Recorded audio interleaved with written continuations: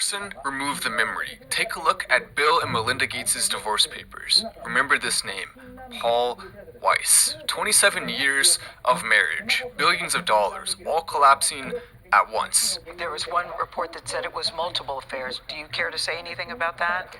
I think those are questions Bill needs to answer. Okay. Divorce is often when the darkest secrets come to light. Melinda Gates was obviously holding back in that first clip, but here you can listen for yourself how she really feels. I did not like that he'd had meetings with Jeffrey Epstein. I made that clear to him.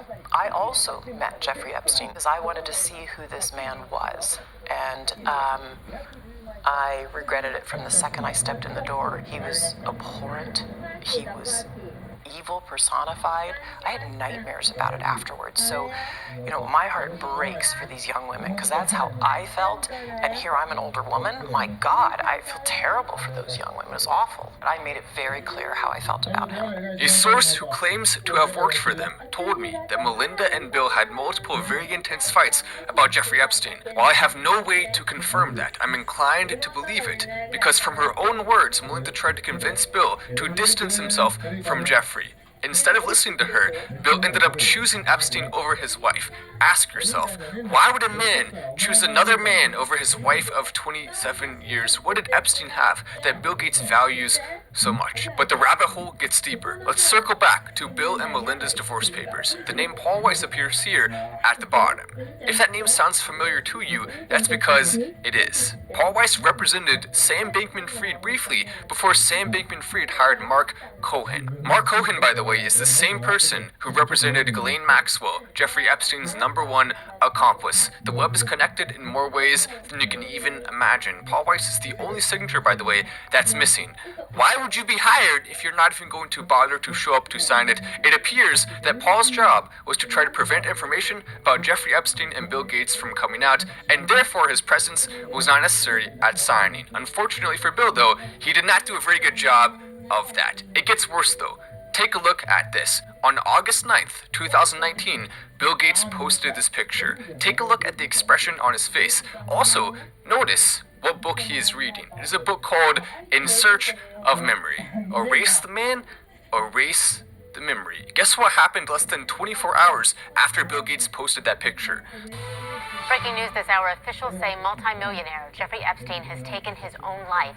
Yesterday, he was found dead here, in his cell in Manhattan. The Federal Bureau of Prisons called it an apparent suicide. His victims say they have now been robbed of justice, as he will never face the consequences of the crimes he committed.